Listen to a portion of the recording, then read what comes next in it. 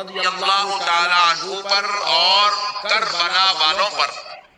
جب تلواریں چل رہی تھی، جب پانی روکا گیا تھا، جب ان پر اگر ظلم ہو رہا تھا، اگر وہ حق پر تھے، تو پھر وہ کوئی ایسی کرامت دکھا دیتے جس سے یزید تباہ و تاراج ہو جاتا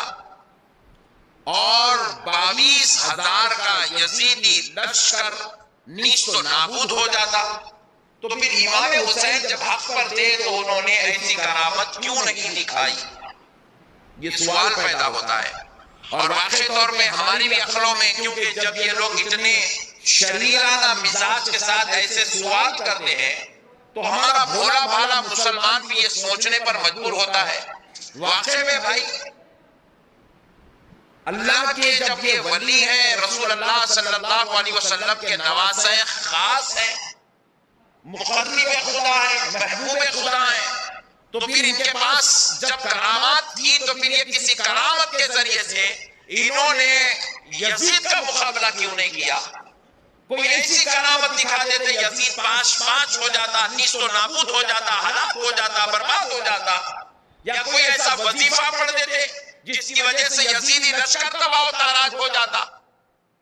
تو ہمارے بھی بھولے بھالے مسلمان بھائی ان باتوں کو سنتے ہیں اور ان باتوں پر بغیر کوئی غور کیے کہ دشمن کے مکر و فریب اور اس کی چال میں پھنس جاتے ہیں۔ اب آئیے میں آپ کو سمجھاتا ہوں واقعہ کربلا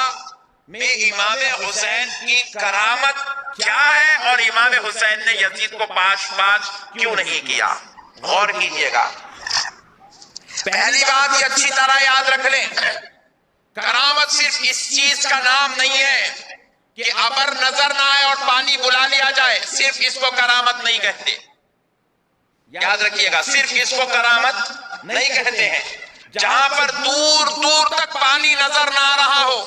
پیر سے ٹھوکر مارے اور زمین سے پانی نکال دے، صرف اسی کو کرامت نہیں کہتے۔ اگرچہ کہ کرامت ہے مگر صرف یہی کرامت ہے، اس کے علاوہ کوئی اور کرامت نہیں ہے، یہ بات غلط ہے، یہ جہالت ہے اگر کوئی ایسا سمجھتا ہے۔ آپ ذرا غور کیجئے گا، دور دور تک دشمن نظر آ رہا ہے، کوئی ایسا وظیفہ پڑھ دے کہ گرد و غبار اڑے اور دشمن کی آنکھوں میں جا کر پڑ جائے، دشمن ہلاک و برباد نیست و نابود ہو جائے، صرف اسی کا نام کرامت نہیں ہے۔ بہت بڑی بات سمجھا رہا ہوں، غور سے سنیے گا، صرف اسی کا نام کرامت نہیں ہے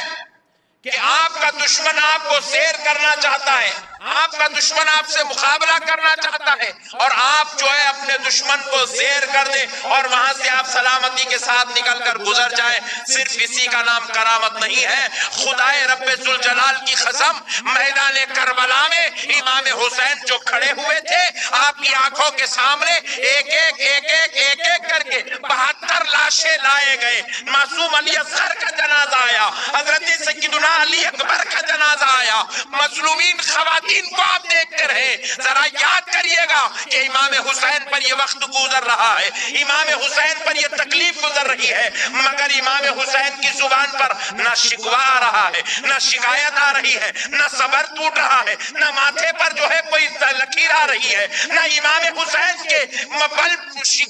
زبان پر کسی قسم کا شکوہ ہے۔ تو ذرا غور کیجئے گا، ہم نے پوچھا ہے حسین آپ کرامت دکھا سکتے ہیں لیکن آپ یہاں پر صبر کرتے نظر آ رہے ہیں، شاکر نظر آ رہے ہیں، مظلوم نظر آ رہے ہیں، صابر نظر آ رہے ہیں، بات کیا ہے؟ امام حسین نے جواب دیا، دشمن کو زیر کرنا صرف یہی کرامت نہیں ہے، خدا کی رضا کے لیے سب کچھ برداشت کرنا یہ بھی سب سے بڑی کرامت ہے،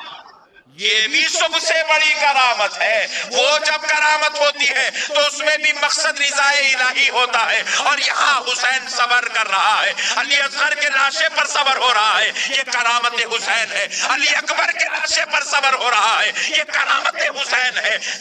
زین العابدین کو تکلیف میں بیماری میں دیکھ کر حسین خاموش بیٹھے ہیں، یہ بھی کرامت ہے۔ بھائی عباس علمبردار کے بازو کٹ گئے، حسین نے اف تک نہیں کیا، کہا مولا تیرا حسین تیری رضا کے لیے خاموش بیٹھا ہوا ہے، صبر کر رہا ہے، کیونکہ مولا آج حسین کوئی اور کرامت نہیں دکھائے گا، آج وہ کرامت دکھائے گا۔ حسین صبر کرتا جائے گا، اسلام زندہ ہوتا چلا جائے گا۔ حسین شکر کرتا جائے گا، ظالم تباہ ہوتا چلا جائے گا۔ حسین تیری رضا کے لیے مولا آج صبر کرتا جائے گا اور تیرے دین کو زندگی نصیب ہوتی چلی جائے گی۔ اللہ اکبر، سبحانک اللہم و بحمدک و تبارک